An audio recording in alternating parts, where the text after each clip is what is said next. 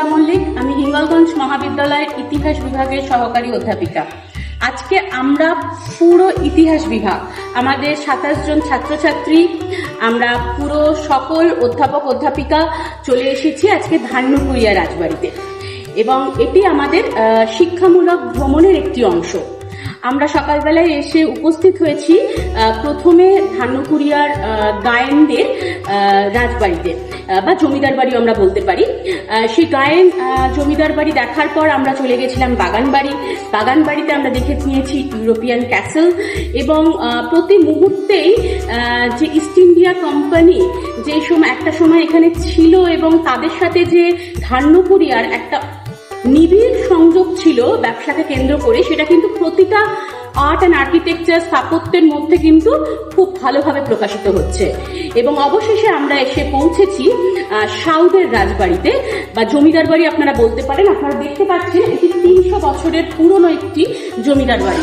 প্রতীকচন্দ্র সাউ এই জমিদার বাড়ির ফাউন্ডার, এবং পরবর্তীকালে সাউ বাড়ির উত্তরসূরিরা ব্যবসাটাকে এগিয়ে নিয়ে যান। এখন কিসের ব্যবসা ছিল? ব্যবসা ছিল হচ্ছে ইস্ট ইন্ডিয়া কোম্পানিকে তারা পাট সাপ্লাই করতেন, এবং বল্লভ, গায়েন এবং সাউ একসাথে মিলে তারা ইস্ট ইন্ডিয়া কোম্পানিকে পাট সাপ্লাই করতেন। এবং আমরা এখনো যদি এই অঞ্চলে যদি বারাসাত থেকে আমাদের ট্রেনটা হাসনাবাদের দিকে যায়, আমরা দেখতে পাই দুদিকের জলা জমিতে কিন্তু পাট চাষ হচ্ছে।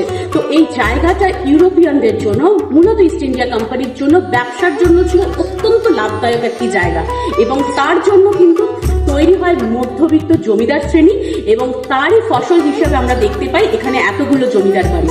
এবং এখন এই সাউ বাড়ি বর্তমানে সাউ বংশধর যারা আছেন তাদের হাতে খুব সুন্দরভাবে সংরক্ষিত হচ্ছে, খুব সুন্দরভাবে তারা মেনটেন করছেন।